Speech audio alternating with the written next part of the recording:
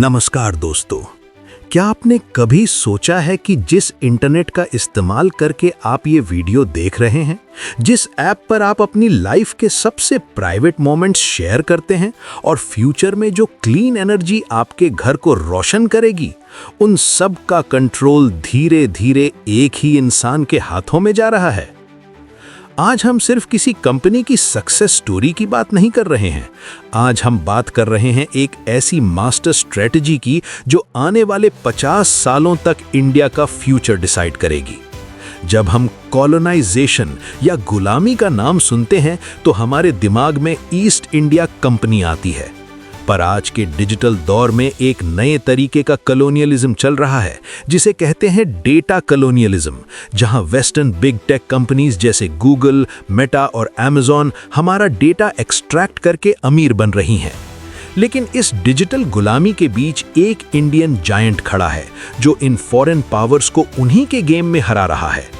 आज मैं आपको बताऊंगा कि कैसे मुकेश अंबानी चुपचाप बिना किसी शोर शराबे के इंडिया का फ्यूचर खरीद रहे हैं। आपको लगता होगा कि ये सिर्फ एक टेलीकॉम रेवोल्यूशन या रिटेल का बिजनेस है। नहीं दोस्तों, कहानी बहुत गहरी है। अगले 20 मिनट में हम उन सीक्रेट्स को अनकवर करेंगे जो आमतौर पर न्यूज़ डिबेट्स में छुप जाते हैं।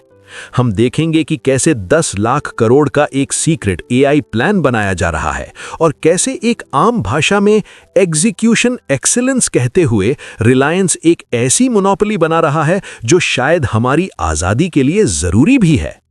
तो चलिए इस डीप डाइव में मेरे साथ जुड़े रहिए, क्योंकि जो क्लाइमैक्स मैं आपको आज बताऊंगा वो आपके होश उड़ा देगा। दोस्तों, इस एम्पायर की नींव धीरूभाई अंबानी ने रखी थी। धीरूभाई ने एडन में एक पेट्रोल पंप अटेंडेंट के रूप में शुरुआत की थी और आगे चलकर उन्होंने समझ लिया था कि आम हिंदुस्तानी की ताकत क्या है। उन्होंने रिलायंस को एक बैकवर्ड इंटीग्रेशन मॉडल पर बनाया, यानी कपड़ा बनाने के लिए धागा खुद बनाओ, धागे के लिए केमिकल खुद बनाओ और केमिकल के लिए क्रूड ऑयल की रिफाइनरी भी खुद लगाओ। मुकेश अंबानी अपने पिता के इस बैकवर्ड इंटीग्रेशन मॉडल को आज के 21st सेंचुरी के डिजिटल और एनर्जी वर्ल्ड में अप्लाई कर रहे हैं। YouTube पर एक पॉडकास्ट क्लिप में मैंने रिलायंस की सबसे बड़ी ताकत के बारे में सुना, जिसे वो एग्जीक्यूशन एक्सीलेंस कहते हैं। उनका एक ही मंत्र है, what will it take to do it. जब मुकेश अंबानी किसी मार्केट में एंटर करते हैं तो वो सिर्फ कंपीट नहीं करते, वो उसे डिसरप्ट और डोमिनेट करते हैं। इस डिसरप्शन का सबसे बड़ा एग्जाम्पल था जियो। आपको याद होगा जब 2016 में जियो लॉन्च हुआ था तो उसने 6 महीने तक सब कुछ फ्री कर दिया था, लेकिन इसके पीछे एक ऐसी मास्टर स्ट्रैटेजी थी जो किसी को नहीं पता थी। YouTube channel still I rise की एक डिटेल डॉक्यूमेंट्री में मैंने देखा कि 2010 में इंडियन गवर्नमेंट जब 4G स्पेक्ट्रम ऑक्शन कर रही थी तो बाकी सभी बड़ी टेलीकॉम कंपनीज 3G पर फोकस कर रही थी। तब एक छोटी सी अनजान कंपनी इन्फोटेल ब्रॉडबैंड ने सभी 22 रीजन्स के 4G लाइसेंसेस जीत लिए। जैसे ही रिजल्ट्स आए, मुकेश अंबानी ने अचानक से एंट्री मारी और $640 मिलियन देकर इन्फोटेल के 95% शेयर्स खरीद लिए। किसी को भनक तक नहीं लगी कि मुकेश अंबानी का डीप पॉकेट कहां इन्वेस्ट हो रहा था। इस एक मूव ने इंडियन टेलीकॉम मार्केट को हिलाकर रख दिया। दिसंबर 2016 के एंड तक इंडिया के टोटल 86.77 मिलियन 4G सब्सक्राइबर्स में से 72.15 मिलियन सब्सक्राइबर्स अकेले जियो के पास थे, यानी लगभग 83% मार्केट शेयर। बाकी कंपनीज जैसे एयरटेल और वोडाफोन को हेवी लॉसेस झेलने पड़े और अपने डेटा प्राइसेस 80% तक गिराने पड़े। लेकिन मुकेश अंबानी का मकसद सिर्फ सिम कार्ड बेचना नहीं था, उनका असली मकसद था डेटा सॉवरेंटी। मुकेश अंबानी ने खुलेआम कहा था, data is the new oil, data colonisation is as bad as the older colonisation, digital freedom is as important as the freedom we won. और इस डेटा को कंट्रोल करने के लिए रिलायंस ने पिछले 5 सालों में एक मैसिव एक्विजिशन स्प्री चलाई है, तकरीबन $13 बिलियन। आप देखिए, आपका एंटरटेनमेंट जियो सिनेमा पर है, ग्रोसरी जियो मार्ट पर है, इंटरनेट जियो फाइबर पर है और हेल्थ नेटमेट्स पर है।